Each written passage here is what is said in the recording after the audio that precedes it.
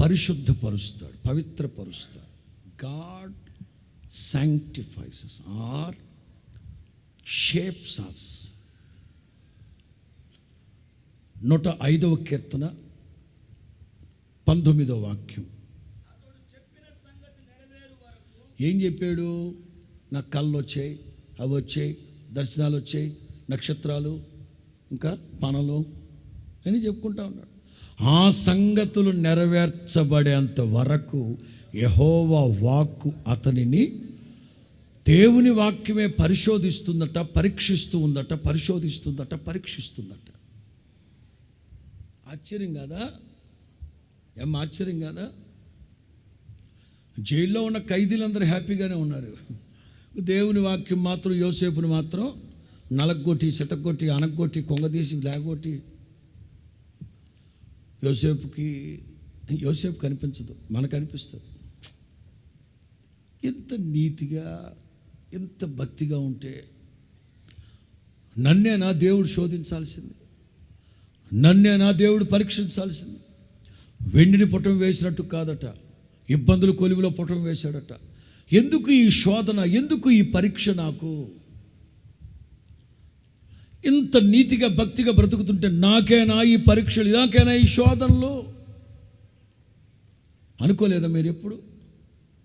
ఆసాపులాగా మీరు ఎప్పుడు అనుకోలేదా? పరిశుద్ధంగా చేతులు కడుక్కొని ఉంటే నాకేనా ఈ బాధలు? భక్తిహీనులందరూ బాగానే ఉన్నారు, వాడు క్షేమంగానే ఉన్నారు. వాళ్ళ క్షేమాన్ని చూసే కదా నాకు ఇక్కడ మత్సరం వచ్చింది. ఎదురింటోడు పాయాసం తాగితే నాకు ఏమొచ్చేస్తుంది, పక్కింటోడు ఏసీ వేస్తే కనుక ఇక్కడ బీపీ, ఏసీ బీపీ అన్నీ వచ్చేస్తాయి. వాళ్ళని చూసి వీళ్ళని చూసే కదా నాకు ఈ బాధ. ప్రతి ఒక్కరి జీవితంలో యోసేపు అయితే అలా అనుకోలేదు, కానీ నేర్చుకున్నాడు. ఏమిటి? ఎందుకు దేవుని వాక్కు యోసేపును శోధించింది, పరిశోధించింది? యోసేపులో తెలియని గర్వం, తెలియని అహంకారం, ఆ మాటల్లో కానీ ఆ క్రియల్లో కొంచెం అహంకారం, గర్వం చోటు చేసుకుంది. కొన్ని సందర్భాల్లో దేవుడు నిన్ను ప్రాకారాల మధ్యలో నిలిపి శోధిస్తాడు, పరిశోధిస్తాడు. ఎందుకో తెలుసా? నిన్ను పుటం వేసి నిన్ను శుద్ధ స్వర్ణముగా మార్చి అప్పుడు కొలిమిలో నుంచి బయటికి తీస్తాడు. స్తోత్రం చెప్పు గట్టిగా. ఏమిటి యోసేపుకున్న అహంకారం, గర్వం? చాలా సందర్భాల్లో మన అహం, మన స్వచిత్తం, మన మాటలు, మన క్రియలు మనల్ని అణగదొక్కేస్తాయి. తెలిసి అంటున్నావా, తెలియక అంటున్నావా? కొంతమందికి తగ్గింపులో గర్వం.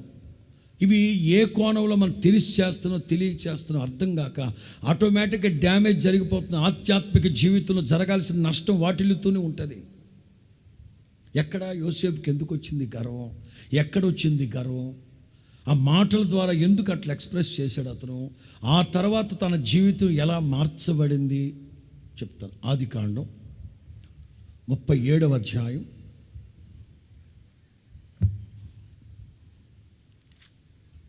37వ అధ్యాయం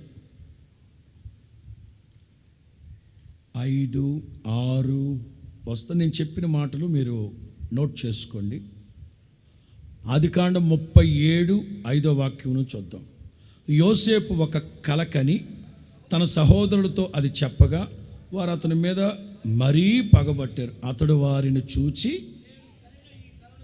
అదే తప్పు, ఆ మాటే వద్దంటున్నా. ఏ మాట? నేను రే అన్నలో నేను కలగన్నానరా. అట్లా చదువుకుంటూ వస్తే మరుసటి రోజు నేను కలగన్నానరా, నాకు దర్శనం వచ్చింది,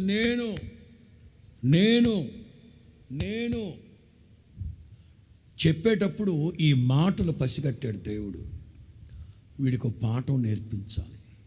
దైవ జనాంగమా, మనం ఎవరిమి? కేవలం పాట పాడుకుంటే సరిపోద్దా? ఏమని? నేనేమయ్యున్నా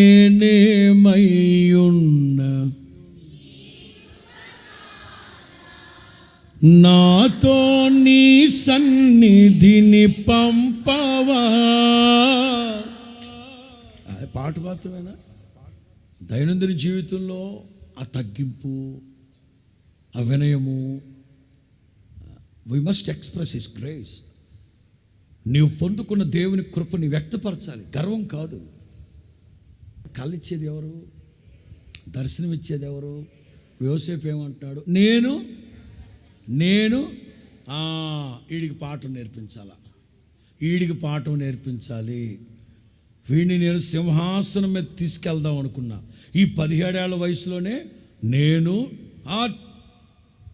వీడికి పాఠం నేర్పించాలి. పిల్లరా, కొన్నిసార్లు బాధపడతాం.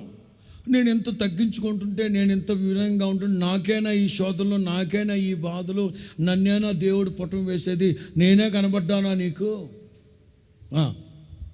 అని దేవుని మీద వాపోవడం కాదు. ఎక్కడో గర్వానికి, అహంకారానికి చోటు ఇచ్చావు. అహంకారులను దేవుడు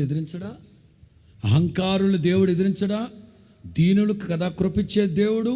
నేర్పించాలి. నా మార్గం ఏమిటో వీడికి నేర్పించాలి. తిన్నగా తీసుకెళ్ళి జైల్లో కూర్చోబెట్టాడు. పాఠాలు నేర్పిస్తున్నాడు దేవుడు యోసేపుకి. జైల్లో కూర్చోబెట్టాడు. ఉదయాన్నే లేచి విఐపి సెల్లార్ కదండి అది, పానదాయకుల అధిపతి, భక్షకారుడు, వాళ్ళిద్దరూ దుఃఖపడుతూ, చింతిస్తూ, బాధపడుతూ కూర్చొని ఉన్నారు. యోసేపు వాళ్ళ దగ్గరికి వెళ్ళాడు. అయ్యలారా, మీరు ఎంతకాలం చింతిస్తూ ఉంటారు? ఎందుకు మీరు బాధతో, చింతతో బాధపడుతున్నారు? ఏవైంది మీకు? ఇద్దరు ముక్తకంఠంతో చెప్పారు, కలలు కన్నావురా. ఆ కలభావం చెప్పేవాడు ఎవ్వరు లేరురా. ఇప్పుడు ఏమనాలి? నేనున్నాను కదా, మై హోనా అన్నాడా? ఏం చెప్పాడు చెప్పండి. 37వ అధ్యాయం 40